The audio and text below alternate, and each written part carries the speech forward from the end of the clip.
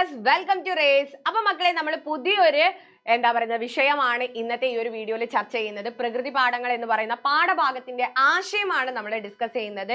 എല്ലാവർക്കും വീഡിയോയിലേക്ക് ഹാർദമായ സ്വാഗതം. ഞാൻ നിങ്ങളുടെ സ്വന്തം രചന മിസ്. അപ്പൊ മക്കളെ, വീഡിയോ ലൈക്ക് ചെയ്യാനും മാക്സിമം ഫ്രണ്ട്സിന് ഷെയർ ചെയ്യാനും, നമ്മുടെ ചാനൽ ആദ്യമായിട്ടാണ് കാണുന്നതെങ്കിൽ സബ്സ്ക്രൈബ് ചെയ്യാനും വിട്ടുപോകരുത്. പാഠഭാഗത്തിലേക്ക് കടക്കാം. എന്താണ് പാഠം? പലർക്കും കൺഫ്യൂഷൻ ഉള്ള ഒരു പാഠമാണ്. എന്താണ് ഈ പ്രകൃതി പാഠം? പ്രകൃതി പാഠം എന്ന് വെച്ചാൽ നമ്മുടെ വൈലോപ്പിള്ളി കവിതകളുടെ അല്ലെങ്കിൽ കൃതികളുടെ പ്രത്യേകതയാണ് പറയുന്നത് മെയിൻ ആയിട്ട് ഇതിൽ. അതായത് വൈലോപ്പിള്ളി ആദ്യം കവിത എഴുതുന്ന സമയത്ത് മാനവികതയ്ക്ക് അല്ലെങ്കിൽ മനുഷ്യത്വത്തിന്, മനുഷ്യന്റെ കഴിവിനൊക്കെ എന്താണ് പ്രാധാന്യം നൽകിക്കൊണ്ടായിരുന്നു തന്റെ കവിതകൾ എഴുതിയിരുന്നത്. അതായത് മനുഷ്യൻ എന്താണ് അല്ലെ, പണ്ടത്തെ കാലത്ത് ചക്രം കണ്ടുപിടിച്ചു, വാഹനം കണ്ടുപിടിക്കുന്നു, റോക്കറ്റ് ആകാശത്തേക്ക് വിക്ഷേപിക്കുന്നു അല്ലെ, മനുഷ്യന്റെ ആ ഒരു കഴിവ് അല്ലെ, മനുഷ്യൻ എല്ലാത്തിനെയും എന്താണ് അടക്കി വാണുകൊണ്ട് ജീവിക്കാണല്ലോ അല്ലെ, എന്തൊരു കഴിവാണ് മനുഷ്യന് എന്നൊക്കെ എന്താണ് അത്രയധികം മനുഷ്യന്റെ കഴിവിൽ വിശ്വസിച്ചിരുന്ന അല്ലെങ്കിൽ കഴിവിൽ അഭിമാനിച്ചുകൊണ്ട് കവിത എഴുതിയിരുന്ന കവിയായിരുന്നു വൈലോപ്പിള്ളി. എന്നാൽ പിന്നീട് അല്ലെ എന്താണ് ഒരു 20-ാം നൂറ്റാണ്ട് ഒക്കെ ആയ സമയത്തേക്ക്, 19-ാം നൂറ്റാണ്ടിന്റെ അവസാന ഘട്ടമൊക്കെ ആയ സമയത്തേക്ക് നമ്മുടെ പോക്ക് അത്ര ശരിയില്ല. നമ്മൾ പ്രകൃതിയെയും ജീവജാലങ്ങളെയും ഒക്കെ കൊന്നൊടുക്കി നശിപ്പിച്ചുകൊണ്ട് നമ്മൾ മാത്രം എന്താണ് ആധിപത്യം സ്ഥാപിക്കുന്ന ഒരു രീതിയിലാണ് നമ്മൾ മുന്നോട്ട് പോയിക്കൊണ്ടിരിക്കുന്നത്. അപ്പൊ കവിക്ക് മെല്ലെ പേടിയാവാൻ തുടങ്ങി. അല്ലെ, ഇങ്ങനെ പോയി കഴിഞ്ഞാൽ എന്താണ് അല്ലെ, നമ്മൾ മാത്രം ആകുന്നത് മാത്രമാണോ നമ്മൾ മാത്രം ബാക്കിയാകുന്നതാണോ വികസനം, അല്ലെങ്കിൽ നമ്മൾ മാത്രം ബാക്കിയാകുന്ന ഒരു രീതിക്കാണോ മനുഷ്യൻ പോകേണ്ടത് എന്നൊക്കെ കവി ചിന്തിക്കാൻ തുടങ്ങി. പിന്നീട് കവി എന്ത് ചെയ്തു? മനുഷ്യൻ പ്രകൃതിയെ നശിപ്പിക്കുകയാണ്, ഇങ്ങനെയല്ല ചെയ്യേണ്ടത് എന്ന് കവിക്ക് തന്നെ മാറ്റി എഴുതേണ്ടി വന്നു. അല്ലെ, നമ്മൾക്ക് നമ്മുടെ കഴിവുകൾ പ്രകടിപ്പിക്കേണ്ടത് ബാക്കിയുള്ളതിനെ പൂർണ്ണമായിട്ട് നശിപ്പിച്ചല്ല, പ്രകൃതിയെ കൂടുതൽ മനുഷ്യൻ നശിപ്പിക്കുന്നു എന്നൊക്കെ കവിക്ക് പിന്നീട് പറയേണ്ടി വന്നു. അപ്പോൾ ആദ്യത്തെ വൈലോപ്പിള്ളിയുടെ കവിതകളിൽ നിന്നും പിന്നീട് അല്ലെ ഒരു കാലഘട്ടം കഴിഞ്ഞപ്പോൾ കവിക്ക് എങ്ങനെ എഴുതേണ്ടി വന്നു എന്നതാണ് ഇവിടെ ചർച്ച ചെയ്യുന്നത്. അപ്പൊ നമുക്കൊന്ന് വായിച്ചു നോക്കാം. ഡോക്ടർ KS രവികുമാറിന്റെ സഹ്യകാനനത്തിൽ വിരിഞ്ഞ കവിത എന്ന കൃതിയിലെ ലേഖനമാണ് പ്രകൃതി പാഠങ്ങൾ.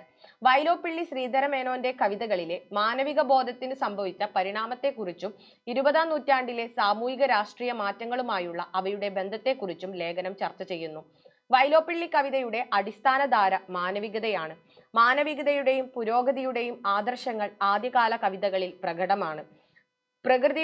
പ്രകൃതിയെ കീഴടക്കുന്ന മനുഷ്യന്റെ കഴിവിനെ അവ വാഴ്ത്തുന്നു. മനുഷ്യന് ഭൂമിയിലുള്ള സവിശേഷ അധികാരം ഊട്ടിയുറപ്പിക്കുന്ന മാനവികതാ ബോധത്തിനാണ് ഈ ഘട്ടത്തിലെ വൈലോപ്പിള്ളി കവിതകൾക്ക് പ്രാധാന്യം. ഭൗതിക തലത്തിൽ നാം കൈവരിച്ചതിനെല്ലാം പിന്നിൽ പെരുകി വരുന്ന ജീർണതയെയും മാനവിക വിരുദ്ധതയും ഉണ്ടായിരുന്നു. ഇതുമൂലം നഷ്ടമായത് എന്തൊക്കെയാണെന്ന് തിരിച്ചറിയുന്നതായി പിൽക്കാലത്ത് വൈലോപ്പിള്ളി എഴുതിയ കവിതകൾ. വൈലോപ്പിള്ളിയുടെ എൻ്റെ ഗ്രാമം എന്ന കവിതയിലെ വരികളാണ് നിങ്ങൾക്ക് പിന്നീട് തന്നിരിക്കുന്നത്. തൻ്റെ ഗ്രാമത്തിന്റെ സൗന്ദര്യവും ഐശ്വര്യവും അദ്ദേഹം കവിതയിലൂടെ പറയുന്നു. ഗ്രാമത്തിലെ തെങ്ങുകളും നെൽപ്പാടങ്ങളുടെയും സമൃദ്ധിയുടെയും ഐശ്വര്യത്തിന്റെയും പ്രതീകമാണ്. അവ കൂട്ടുപിരിയാതെ വളരുന്നത് ഗ്രാമത്തിന്റെ ഐക്യത്തെയും സഹവർത്തിത്വത്തെയും പ്രതിഫലിപ്പിക്കുന്നു. വെൺമാടങ്ങൾ ഐശ്വര്യത്തിന്റെയും സൗഭാഗ്യത്തിന്റെയും പ്രതീകങ്ങളാണ്. അവ ഗ്രാമത്തിലെ ജനങ്ങളുടെ സന്തോഷകരമായ ജീവിതത്തെ സൂചിപ്പിക്കുന്നു. കുളത്തിലെ ചെന്താമരയും കളത്തിലെ മാടപ്രാവും ഗ്രാമത്തിന്റെ നിഷ്കളങ്കമായ പ്രകൃതി സൗന്ദര്യത്തെ എടുത്തു കാണിക്കുന്നു. എന്നാൽ ഗ്രാമത്തിന്റെ ഭൗതിക സൗന്ദര്യത്തെ വരച്ചു കാണിക്കുന്നതോടൊപ്പം ഈ ഭംഗിയുടെ മറവിൽ ഒളിഞ്ഞിരിക്കുന്ന അസത്യങ്ങളെയും വൈലോപ്പിള്ളി ഈ കവിതയിൽ അവതരിപ്പിക്കുന്നുണ്ട്. വികസനത്തിന്റെ പേരിൽ പ്രകൃതിയുടെയും തദ്ദേശ ജനങ്ങളുടെയും മേലുള്ള ചൂഷണത്തെയാണ് അസത്യം എന്നതുകൊണ്ട് കവി അർത്ഥമാക്കുന്നത്. തന്റെ തൂലിക ഉപയോഗിച്ച് ഈ തിന്മകളെ വെളിച്ചത്ത് കൊണ്ടുവരാനും സമൂഹത്തിന്റെ ശ്രദ്ധയിൽപ്പെടുത്താനും അദ്ദേഹം ആഗ്രഹിച്ചു. പുരോഗതിയുടെ പാർശ്വഫലങ്ങളെക്കുറിച്ച് ആഴത്തിൽ ആശങ്കപ്പെടുന്ന കവിയാണ് വൈലോപ്പിള്ളി. എന്നിരുന്നാലും ഈ പ്രതിസന്ധികൾക്കിടയിലും മാനവികതയിൽ അധിഷ്ഠിതമായ മനുഷ്യശക്തിയിലുള്ള അദ്ദേഹത്തിന്റെ വിശ്വാസം ഒരിക്കലും കെടുന്നില്ല. അതിന് ഉത്തമ ഉദാഹരണമാണ് യുഗപരിവർത്തനം എന്ന കവിത. എന്താണ് യുഗപരിവർത്തനം? ആദ്യം എൻ്റെ ഗ്രാമം പറഞ്ഞു, പിന്നെ യുഗപരിവർത്തനം എന്ന കവിത. ലഹള എന്നത് പുരോഗതിയുടെ കോലാഹലത്തെയും അരാജകത്തെയും സൂചിപ്പിക്കുന്നു. ഇത് യുഗപരിവർത്തന കാലഘട്ടത്തിലെ സാമൂഹികവും രാഷ്ട്രീയവും സാങ്കേതികവുമായ മാറ്റങ്ങളെയാണ് പ്രതിനിധീകരിക്കുന്നത്. അതായത് നമ്മൾ ആ യന്ത്രലോകത്തിലേക്ക് കടന്ന, കമ്പ്യൂട്ടർ യുഗത്തിലേക്ക് കടന്ന ഒരു കാലഘട്ടം. സ്വൈര്യ ജീവിത സംഗീതം എന്നത് സമാധാനപൂർണവും സന്തുലിതവുമായ ജീവിതത്തെ സൂചിപ്പിക്കുന്നു. ഈ മാറ്റങ്ങളുടെ കൊടുങ്കാറ്റിൽ ജീവിതത്തിന്റെ സ്വാഭാവികമായ താളവും ലയവും നഷ്ടപ്പെട്ടു പോകുന്നു. മാറ്റങ്ങളുടെ വേഗതയിലും അനിശ്ചിതത്വത്തിലും നാം ദിക്ക് തെറ്റിപ്പോയാലും സന്തുലിതാവസ്ഥയെ വീണ്ടെടുക്കാനും മുന്നോട്ട് പോകാനുമുള്ള കഴിവ് നമുക്കുണ്ടെന്ന് കവി ശുഭാപ്തി വിശ്വാസമാണ് ഈ വരികളിൽ. അതായത് നമ്മൾ ഒരുപാട് പ്രകൃതിയിൽ നിന്ന് അകന്നുപോയി, എന്നാലും നമുക്ക് പ്രകൃതിയിലേക്ക് തിരിച്ചു വരാൻ പറ്റും, അങ്ങനെ വരണം എന്ന് അദ്ദേഹം വിശ്വസിച്ചുകൊണ്ടാണ് യുഗപരിവർത്തനം വിശദീകരിക്കുന്നത്. അതിൽ മനുഷ്യന്റെ കഴിവിനെ കുറിച്ചും പറയുന്നുണ്ട്. എന്നാൽ മനുഷ്യനൊന്ന് തെറ്റിപ്പോകുന്നുണ്ട്, വീണ്ടും പ്രകൃതിയിലേക്ക് തന്നെ വരണമെന്ന് പറയുന്നു. വൈലോപ്പിള്ളി ശ്രീധരമേനോന്റെ മൃദുസഞ്ജീവനി എന്ന കാവ്യനാടകത്തിലെ വരികളാണിവ പിന്നീട് തന്നത്. കൃതിയിലെ ഒരു കഥാപാത്രം കിനാവിൽ കേൾക്കുന്ന പുഴയുടെ വിലാപം പ്രകൃതിയുടെ വികാരങ്ങളെയും വേദനകളെയും നമുക്ക് മുന്നിൽ തുറന്നു കാണിക്കുന്നു. പണ്ട് കവികൾ പാടി പുകഴ്ത്തിയിരുന്ന തേൻ ഒഴുകുന്ന പുഴയായിരുന്നു താനെന്ന് പുഴ ഓർക്കുന്നു. വ്യവസായശാലകളുടെയും കമ്പനികളുടെയൊക്കെ വരവോടുകൂടെ പുഴയുടെ ദുരന്തം ആരംഭിച്ചത്. ആളുകൾ കുളിക്കാനും കുടിവെള്ളത്തിനും ഉപയോഗിച്ചിരുന്ന പുഴകൾ ഇപ്പോൾ വിഷലിപ്തമായി മാറി. മീനുകൾ ചത്തുപൊങ്ങുന്നു, കൊറ്റികൾ പറന്നുപോയി, തവളകൾ, ഞണ്ടുകൾ ഇവയൊക്കെ മരിച്ചു. ഇതെല്ലാം കണ്ടും അനുഭവിച്ചും മനസ്സു നൊന്ത് നിൽക്കുകയാണ് നദി. വ്യവസായത്തിന്റെ പേരിൽ ചെകുത്താനെ പോലും കൂട്ടുപിടിച്ച് പ്രകൃതിയെ നശിപ്പിക്കുന്ന മനുഷ്യനെ പുഴ ചോദ്യം ചെയ്യുന്നു.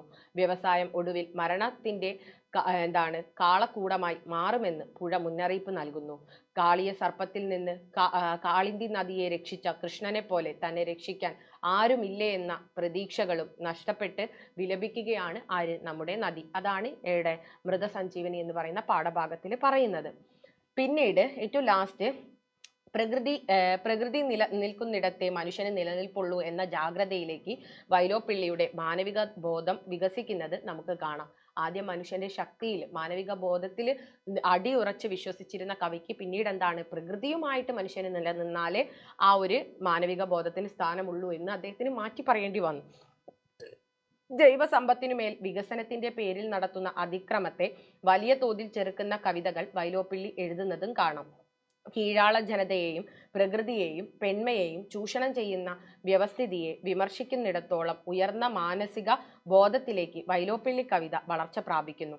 പ്രകൃതിയെ കീഴടക്കുന്നവൻ എന്ന നിലയിൽ നിന്ന് പ്രകൃതിയോട് ഇണങ്ങി ജീവിക്കുന്നവൻ എന്ന നിലയിലേക്ക് മനുഷ്യനെ അദ്ദേഹം പുനർനിർവചിക്കുന്നു.